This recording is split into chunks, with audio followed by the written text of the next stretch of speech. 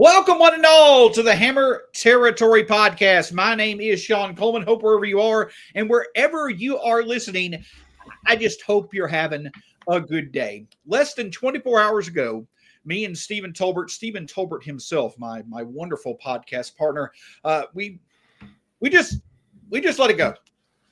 Just had ourselves a nice, just I don't know if you want to call it a therapy session. We'll just simply call it a reckoning with reality, just talking about this Braves team, wondering that, hey, a month ago we had talked about rock bottom. Then we sit here and see the Braves have lost 3 of their past 5 games via shutout. If this was rock bottom, and less than 24 hours later, Stephen, yet again we redefine rock bottom. Welcome to the Hammer Territory Podcast. Sean Coleman with Stephen Tolbert here with you. You can read it in the headlines. We've got more fun stuff to talk about. Stephen, take it away, sir. Yeah, what's up, buddy? We didn't think we'd be back here.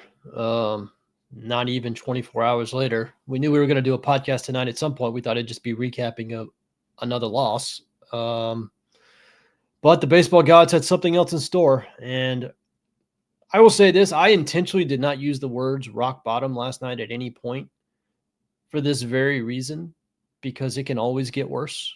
It can always get worse. Whatever you think rock bottom is, I mean, this could have been an Acuna injury. This could have been a Strider blowout. And that stuff could be coming tomorrow. So, whatever you think rock bottom is, it's never rock bottom because it can always get worse. And I do want to be fair to those who may not have heard of the news. The straightforward news is Spencer Schwellenbach, who has been one of the best pitchers in baseball since May 1st. Rough start to the season in April, but one of the best pitchers in baseball since May 1st. It was revealed today that in the move where Jurickson Profar was announced to be coming to the Braves, Alex Verdugo was DFA'd. We thought that was a little bit of a glimpse of hope. Revealed that Spencer Schwellenbach fractured his elbow. He gave some information himself. We saw some further news from it from the beat writers, but basically he has a small fracture in his elbow. He's not going to pitch for 4 weeks. It's likely that he is going to be out for multiple months, an extended period of time. We'll get more information on a potential timeline as the future goes on. Stephen, I did not mean to interrupt you, but did want to be fair to set up the context of the podcast to make sure that anybody that may be listening that may not know the full story, they had that. Please continue, sir. Well, yeah, one of us has to be a consummate professional, and I think everybody realizes it's not going to be me. So we need to do that. But it was, I mean, the way the Braves released this news was just incredibly on brand. They sent out a press release that had 3 paragraphs in it. And the first paragraph was Jurickson Profar coming back up for Alex Verdugo. The second paragraph was about about Daysbel Hernandez's rehab start and how it's going. And then in the third paragraph was, oh, by the way, the ace of the staff has a broken elbow. Okay. And it's like calling your wife and being like, hey, you forgot to feed the dog. And by the way, the house burned down. What? Just perfectly on brand for the season. I mean, just incredible stuff from the social media and press release team. Just A+ stuff. I'm going to start calling you the analogist. That analogy was wonderful. Just the analogist. I mean, it was just perfect. Just an absolute perfect way to get just soul crushing, kick to the nut level news. And listen, the season's over. I mean, I didn't fully call it last night because I said I wanted to see Profar. There is no world where the Braves survive a 4, 5, 6 week injury to Spencer Schwellenbach. They already didn't have enough pitching. They already had 2 guys in the rotation that had no business being in a major league rotation. Now they're going to add a third. We're going to get into the names, of which I promise you've never heard of, unless you're a sicko. I mean, this season's over. So, this episode is going to be about the long-term look for Spencer. It is good news for Spencer. It's a bone. He broke a bone. Bones are the easiest injury. I mean, it's the most straightforward injury. It's just got to heal. It's not a ligament. It's not something crazy. It's not a shoulder. It just has a broken bone in his elbow. It's going to heal and he'll be fine. So that's the good news. But for all intents and purposes, 2025 season is over. So now the questions become, what's next? And that's actually a very complicated question, and we're going to start trying to answer some of those questions tonight. Before we do that, do want to talk about Spencer himself, obviously, because I think that is important. And as you mentioned, the big thing to take away from this, if there's one glimmer of hope, it's the fact that, again, this is more of a short-term step back for Spencer Schwellenbach's career than it is some type of long-term concern. This is not a elbow ligament concern like we've seen with A.J. Smith-Shawver as well as Spencer Strider over the past 12 to 24 months. This is a fracture in the elbow. Again, they're thinking that he will be back to pitching within 2 months. So that is very much a positive.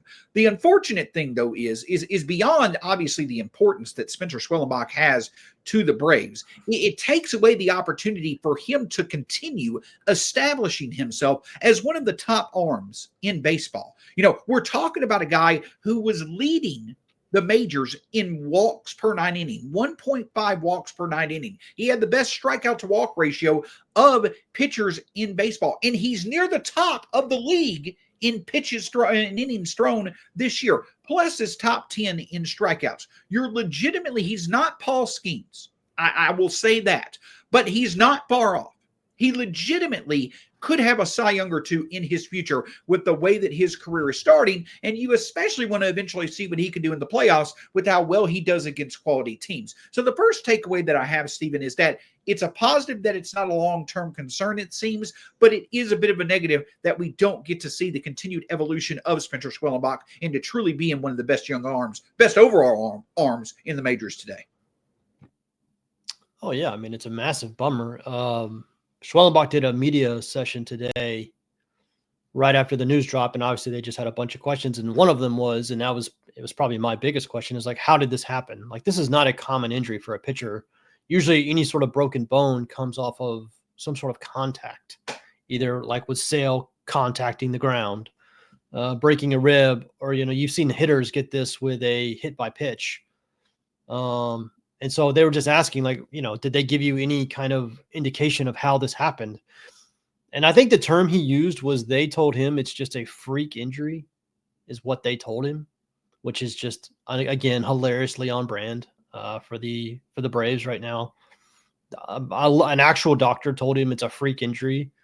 He had some theories about increased velocity and maybe if that contributed. I have no idea. I don't think he has really any idea on it either. When a doctor tells you it's a freak injury, I don't really know how to follow up that with anything, intelligent. So it's a freak injury. And like you said, it does rob him of the rest of the season. He was going to be an all-star, the second Braves pitcher that was going to be an all-star. That's now not going to be an all-star because they got hurt. I think he had outside chances at Cy Young votes. He wasn't going to win because of how bad the Braves are, but Zach Wheeler is probably going to win it. But he was going to get votes. And he was going to get recognition, and, that might have set up a Cy Young campaign next year where he's finally kind of in the national, eye, because he's not really. I mean, Braves fans know about him, but, like, he wasn't this high draft pick like Paul Skeens. He wasn't the number one prospect in baseball. Like, he doesn't get that level of attention that he would if he was, if he was the number 3 overall pick in the draft or whatever. But because he was a later round guy who kind of came out of nowhere, he doesn't get that level of attention, even though he is that good. And so this sucks because now he's just going to be out of the attention of the league for a couple months, and he's going to have to kind of build up it all back up next year. But again, positive news that it's just a bone. That is far and away the most positive thing of this. Is it's not a ligament, it's not a shoulder. It's not soft tissue. It's just a bone. It's just a bone that's got to heal. And that's literally the most straightforward type of injury you can have as an athlete. So, but yeah, I mean, it effectively ends his 2025. I know there's a chance he can come back in September, but let's be honest, the Braves aren't really going to be worth coming back to September 4. So it effectively ends his 2025. It effectively ends the Braves 2025, if we're being honest. And so now we got to deal with the fallout of that. But of course, in the meantime, we can sit here and certainly call it, and we'll elaborate on that a bit more in just a bit. But the thing that I'm getting at is that we can call it ourselves. The Braves probably are not to that point yet, and of course, they do now have a big spot to fill in the rotation. We'll speak on that in a bit more in just a moment after a word from our partners. We're going to take you through the latest card that I pulled in my Arena Club slab pack, AJ. And here it is. I pulled a Jared Jones card. So Jared Jones is going to be out for a minute, but I'm going to hold on to this one for the long term. He was nasty in his rookie season. Agreed. This is a great card to pull. It's going to go up in value once he comes back because this guy dealt in his rookie season, gets punch outs, he gives you innings. Once he's back, Scott, you're in it for the long term. Don't give up on Jared Jones or this card you got from Arena Club. Yep, there it is. That's how you pull a slab pack card. It's very cool. It's all fancy and digital. You can get it sent to you physically. And if you want to sell it right back to Arena Club, you can do that with their buyback option right away, or you can hold it. Right now, you can get 20% off your first slab pack or card purchase. Just go to arenaclub.com/FOUL. Use code FOUL. We've been talking about Arena Club all season long because they dominate the hobby. If you buy, sell, trade, collect, go for it. Welcome back to the Hammer Territory podcast. And of course, so now as we spoke on in the first part of the segment, the reason why we're doing this emergency podcast is that Braves starter Spencer Schwellenbach, in the midst of what clearly was an all-star season, unexpectedly has now been put on the shelf. He is going on the IL and what will likely be a multiple month stay. Could be a chance the rest of the season with a fractured elbow. It does not seem as if it's some type of long-term concern. This isn't like there's ligament damage or anything like that in his elbow. It's literally considered a broken bone. He's out for at least 4 weeks until he starts throwing again. And as we alluded to, this pretty much is just the effective end to not only potentially his season, but also the Braves season as well. But again, we can make that comment. No matter how true it is, the Braves themselves aren't going to focus on that for the moment. They're going to try to still salvage this season. And of course, one of the biggest questions in the present is going to be not how you replace Spencer Schwellenbach, because you're not going to do that, but you've got to be able to have some type of arm that can eat innings in that spot. And so when we look at the organizational depth, Stephen, we alluded to it last night, there's just not a lot of options out there if this starting staff was going to experience another injury, which they now have. But we at least can name some names: Nathan Wiles, Davis Daniels, Jackson Stevens. Those stand out as the 3 most likely names to at least in the present, get the next start in Spencer Schwellenbach's spot. Both Wiles and Davis Daniel have joined the organization within the past 12 months, I believe, during the offseason through trades. And of course, Jackson Stevens is a converted reliever who has had some decent success in an expanded role as a starter, kind of ramping up as a starter in recent weeks. I know that doesn't inspire any type of hope or anything like that, but those are at least names to consider, Stephen, when it comes to, taking over Spencer Schwellenbach's spot. Yeah, I mean, we talked about it last night with Fuentes and Elder. Like, the reason they're in the rotation is because there's no one else. And when you start hearing names like Nathan Wiles and Jackson Stevens and Davis Daniel or Daniel Davis, I don't even know which one you just said. There you go. There's Exhibit A why the Braves have a 20-year-old in the rotation who's barely pitched above A ball, is because those are the names. Not mentioned is like Hurston Waldrop, because he's been awful at AAA, and he's still, the Braves have made some changes to his pitch mix, and they're trying to get him to be there's a career path for Hurston Waldrop that looks very much like a reliever. And I think the Braves are trying to salvage this at this point where he's not a reliever, but in the meantime, it's been pretty rough. So I don't think you're going to see Hurston Waldrop. Again, like we talked about with the Sale injury, I guess they could make a trade, but if they weren't going to do it for Sale, I don't know if they're going to do it now, because now it's even more dire than it was with Sale, and they might have given up after the Sale injury. And if they did that, then obviously after this injury, it's just even more confirmation that this season's over. Now, again, the team is not going to play like the season's over. They're still going to field a team tonight and tomorrow and Friday. And on Friday, they need a starter. They need a human being to stand on the mound and throw a pitch. Now, who that is, probably going to be Nathan Wiles, my guess. He's probably had the best numbers at AAA. And unless they trade for somebody, which again, I wouldn't expect, that's probably going to be him. But now you got Nathan Wiles, Bryce Elder. I mean, Bryce Elder is your number 3 starter right now. Like, that's where it is. Bryce Elder is your number 3 starter. So you can figure it out from there. And the other thing that I think that some people may bring to mind is that, you mentioned the fact that Didier Fuentes right now is in the rotation. This is someone who really wasn't on the radar as a, intriguing prospect for many, before he had that breakout performance in spring training. But the reason that I bring that up is we've seen the Braves, but they did it with Spencer Schwellenbach just last year. We've seen the Braves be somewhat aggressive with some of their better pitching prospects in the past, but I don't think this is the time to do it. That's why I don't expect, like I know J.R. Ritchie, for instance, is going to be on the NL Future Squad. I don't expect for that to be the move for the Braves either, because right now, to be honest, with everything that's gone on this season, the Braves do not need to do anything at all to change any part of their organization right now that is successful. So if you've got your young pitchers on plans that is leading to them to being successful, keep them on that plan, because there's no reason to try to delve away from it to salvage this season or save this season. Keep the value where the value is generating right now. So I would not expect another aggressive type movement with a top prospect coming up to fill his spot either. Yeah, I 100%. It's time to let go of the rope for 2025. Like, there should be no moves made with the next month in mind. The only thing that the Braves should be doing over the next month is hope that Marcell Ozuna can get hot and the Braves can get something for him at the trade deadline. I'll say this. It is advantageous to be a seller at the trade deadline because there are so few sellers because of the expanded playoffs.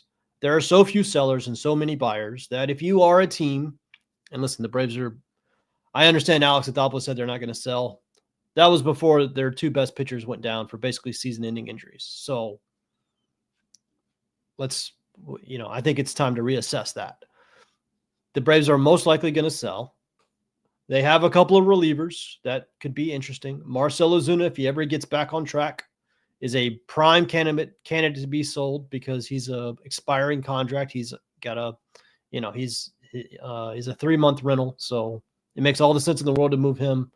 That's all you're needing to worry about over the next 3 months is trying to get some of your better possible selling pieces out in the front, try to get their value up as high as possible and move on when it's time to do so. Trying to make these crazy moves, calling up prospects from AA or A ball to try to salvage this season. Yeah, I agree. It doesn't make any sense. Don't mess with somebody's developmental timeline. In fact, get Fuentes back in AAA. Like, call up Nathan Wiles and Jackson Stevens. Get Fuentes back in AAA so he can develop. Like, there's no point in letting him just bang his head against the wall in the majors when he's not ready, when the season's already in the toilet. I've said that for 2 weeks, and that was before these critical injuries. Let him go. Let him go back down to AAA. So yeah, I 100% agree. Don't do anything drastic now to try to salvage a season that is clearly lost. And I don't want to use the word tank because I don't think that the Braves are going to do that. I'm not going to get into that conversation.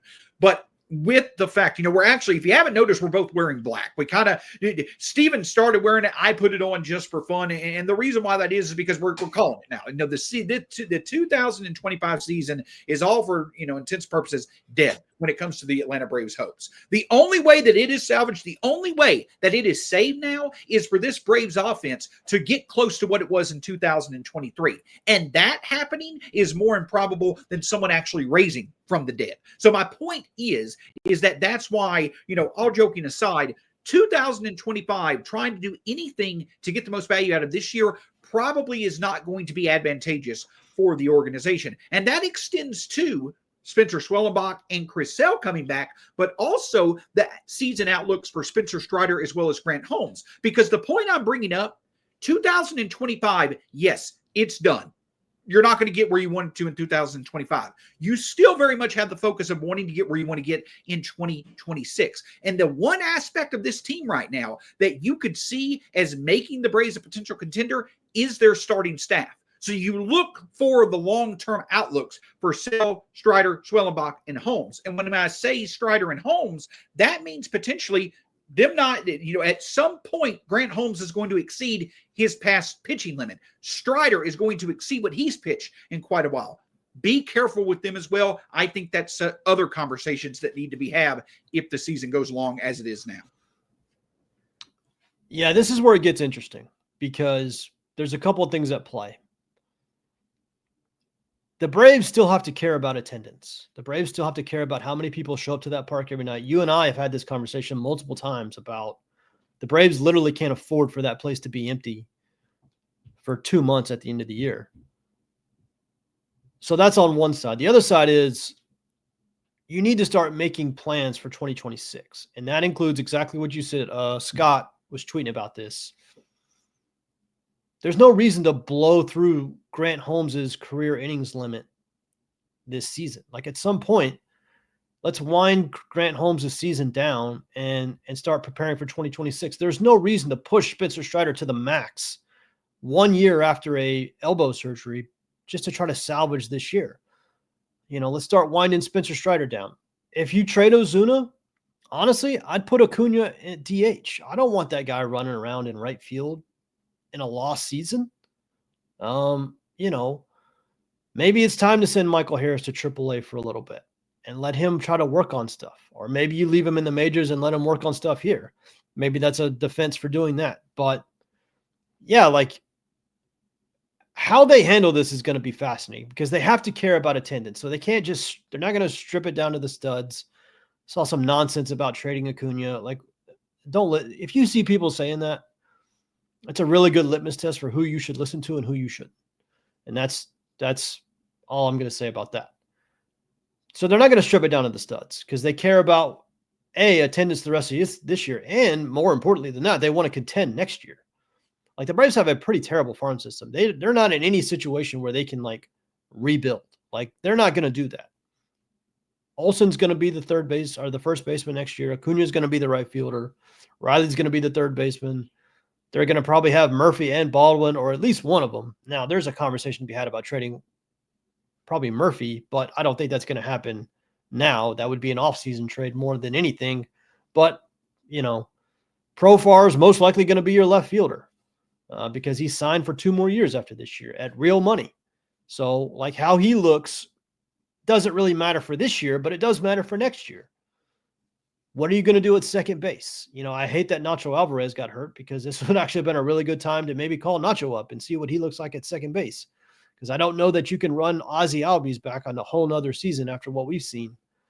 So yes, this part's going to be fascinating. How do they handle this? Where's the line they draw between trading pieces away? If you trade relievers away, no one really cares. If you trade Ozuna away, who's already a rental, no one really cares. If you go more than that, that's when you really start getting into like people just letting go and forgetting about you. So I'm very curious to see how they handle the next couple of weeks and months now that it's pretty clear 2025 is toast.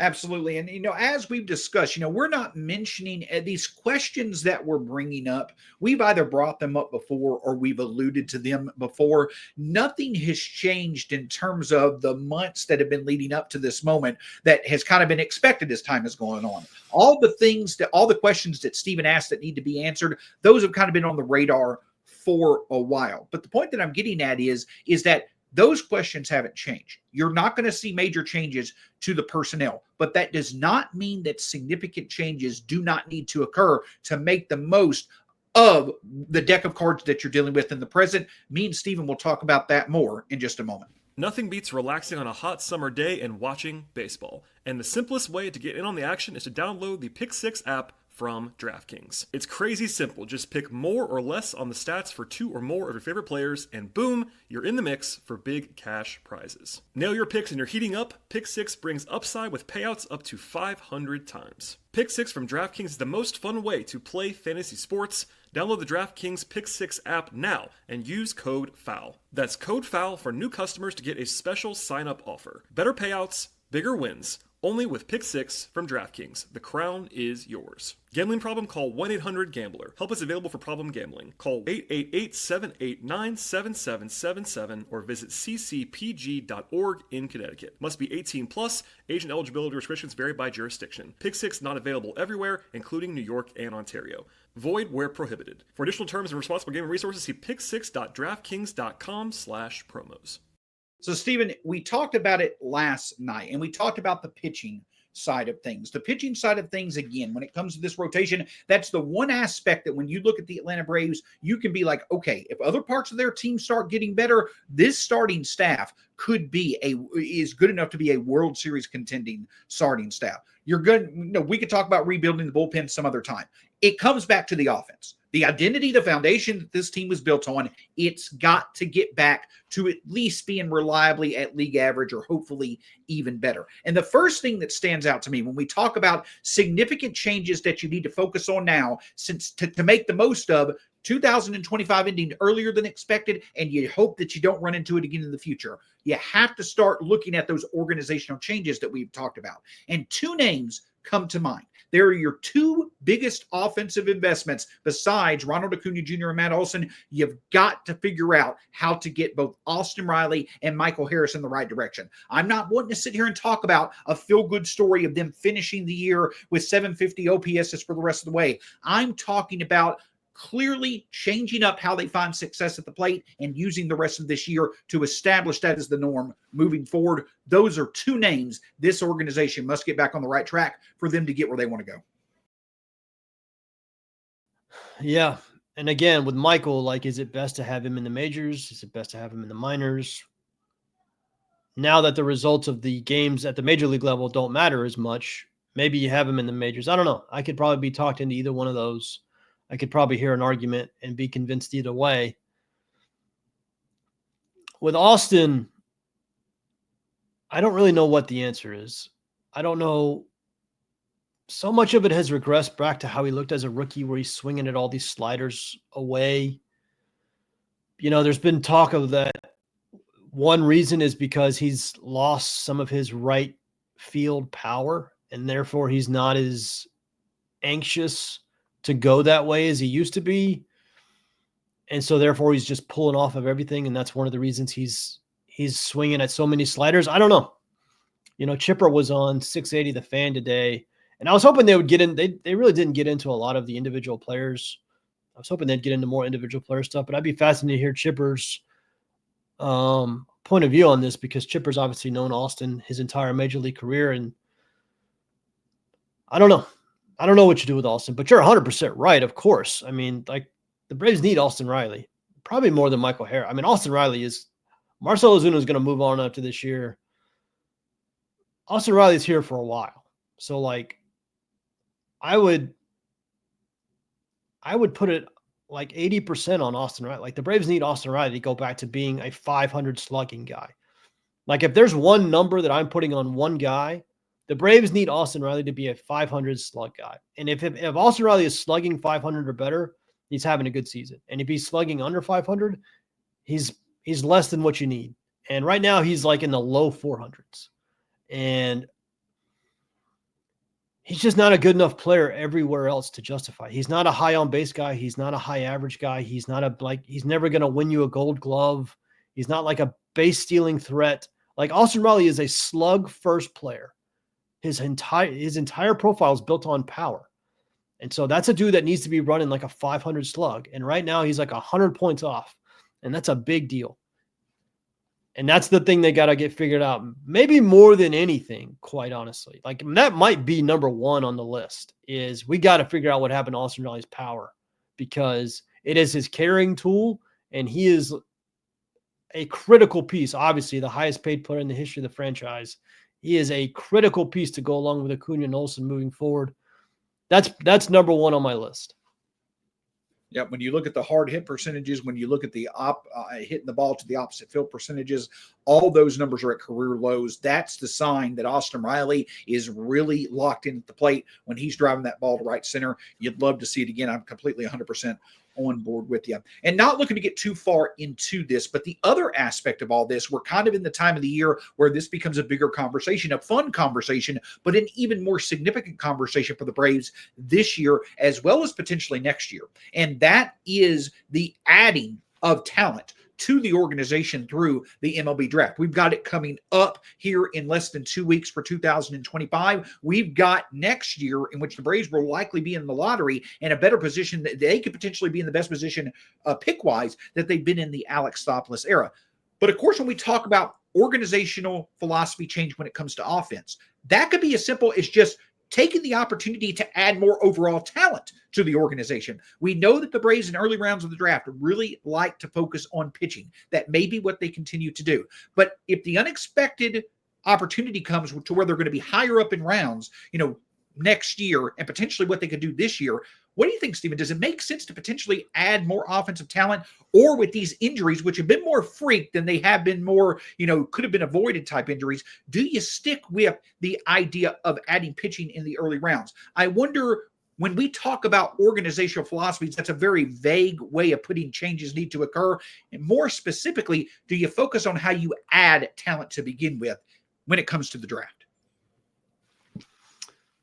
I mean, I'm going to preface this by saying I'm not a prospect guy. I'm not a draft guy, but I do consume baseball more than most people on the planet. So the Braves need more position players in their franchise. They need more position players at the minor leagues. If you look at the offensive numbers, not just at Atlanta, but all throughout every level of the minors for the Braves, they are among the worst hitting teams at every single level, because they have very few position player prospects that are worth anything. And since Alex Anthopoulos has been in charge, they are running like 80, 90% pitchers in these drafts over and over and over and over again. And combine that with the fact that the Braves were out of the international market so long, they've had some international signings that haven't exactly gone the way they hoped they would, at least so far. The Braves just have this massive void all throughout their system in position players. And there's no reason to be that imbalanced where it's good to have pitching prospects, of course, but like there's no reason to go this hard in one direction and completely ignore the other. And so, yes, in my opinion, and listen, my opinion is it's one person who is not necessarily a prospect guy at all. The Braves need to get back to a more balanced approach of drafting position players and developing position players. The last decent position player to come out, I mean, obviously Drake Baldwin came up this year, but like it was like Michael Harris in 2022. Michael was drafted in 2020. That was 5 years ago. And everybody says, well, they had the, all the graduations with Acuna and Riley and Ozzie. Ozzie graduated from prospect status like 9 years ago. Acuna was like 7 years ago. Riley was like 6 years. Like it's been a long time since that group came through their minor league system. And again, ever since Alex came along in 2018, like they just have not replenished those players by going so pitcher heavy. And I just don't agree with that. I think you got to be more balanced. You got to have more position player prospects. Listen, it's been a real problem the last couple of years. Anytime the Braves have an outfield injury, they have to go acquire a new outfielder because they don't have a single decent outfielder in the organization at any level. They don't have a decent shortstop at any level, and haven't since Dansby left. Like they just have ignored, I don't know why, but they've just ignored that side of the game for years. And I just don't agree with it. I think they need to go back to, honestly, they need to go position player heavy for a couple of years to try to balance this thing back out and get some decent like hitting prospects back in the system. That would, I mean, even if you don't need them immediately, they're tremendous trade chips. You can do a lot with them. There's much less risk of injury than there are with pitching prospects. Yeah, well, just one man's opinion, but I would lean position player heavy for a little while to try to balance this crazy unbalance they have currently in their system. Agreed. And I know, again, this is an emergency podcast focused on the unfortunate injury to Spencer Schwellenbach, but that is what it is. It's a freak injury that occurred. We've got a good idea what the outcome is. Thankfully, it's not going to put, his long-term, significance to the organization in jeopardy. It already is basically, it's just lost time for Spencer Schwellenbach into what basically now is a lost season. But I think that it's important to kind of go broader with the conversation because, again, what's going to make this experience of 2020 and 2024, the question was, why is this happening unexpectedly And how do we get back on track for 2025? A year later, the question has changed to why is this now the norm and how do we change that long term? Those are the questions that need to be asked. And the way that you make the most of this experience, this down season, lost season, and make sure it doesn't happen again is to take advantage of the time that you have now. Take a step back, not in terms of changing the personnel, but in terms of changing your process with the personnel and getting the most out of them moving forward. This Braves team has shown time and time again they can do that with talent that they bring into the organization. They need to refocus it on the talent that they've invested in long-term to lead the organization to get back on track to where they want to go. Stephen, anything else from you as we wrap up this edition of the Hammer Territory podcast? No, it's going to be a very critical couple of weeks few weeks to see what the Braves do. Are they realistic?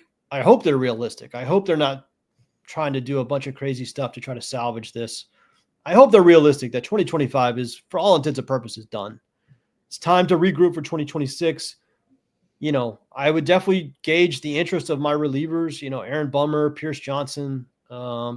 This time of year, contenders need relievers, and there are so few sellers on the market that you can actually get decent prices for guys who aren't even, closer level relievers. And then, maybe see if Ozuna can get hot again, get his value up and see if you can move him and then start retooling for 26. And it's going to be a very interesting couple of weeks to see how the Braves handle. I mean, they've lost their two best pitchers for effectively the year. So it's time to be realistic about what 2025 is and what 2025 isn't, and start looking a little bit longer down the road. But of course, that means that the content is always going to remain compelling as well, because even if the shift focuses from 2025, 2026, that just puts more emphasis on the Braves hitting it a home run when it comes to the draft. And we're going to have some good insight for you when it comes to the 2025 MLB draft. Of course, the All-Star game is in Atlanta. Have some perspectives for you on that. Talking trade deadline, obviously, because it's going to be interesting to how the Braves pivot with all that's happened over the past few weeks. Myself, Stephen Bradwell, and Scott Coleman, as well as some potential special guests, we're all going to have it broke down for you here on the Hammer Territory podcast. You can find Stephen at B_outliers on Twitter/X. My name is Sean Coleman. You can find me at StatsSAC on Twitter/X. Hammer Territory across all forms of social media, part of the Foul Territory family of podcasts. Folks, I know that it's not fun right now, and it just seems like every single day it gets a bit worse, but in time, I still have faith this organization is going to make the most of this experience, and we're going to get back on track and once again be where we want to be as time goes on. Stephen, one more thing from you, sir. And remember, this is not rock bottom, because it can always get worse tomorrow. This is very true. This right now, this is evolution. Sometimes you go through valleys, sometimes you go over mountains. I'm going to put the pulpit away. We've already delivered the eulogy. The pulpit's to the side. We're done. Listen, hope you enjoy the game tonight. Hopefully the Braves will get a win. Plenty to discuss over the next few weeks, and we'll have you covered in all of it here on the Hammer Territory podcast. Until next time, go Braves. We'll talk to you again soon here on the Hammer Territory podcast.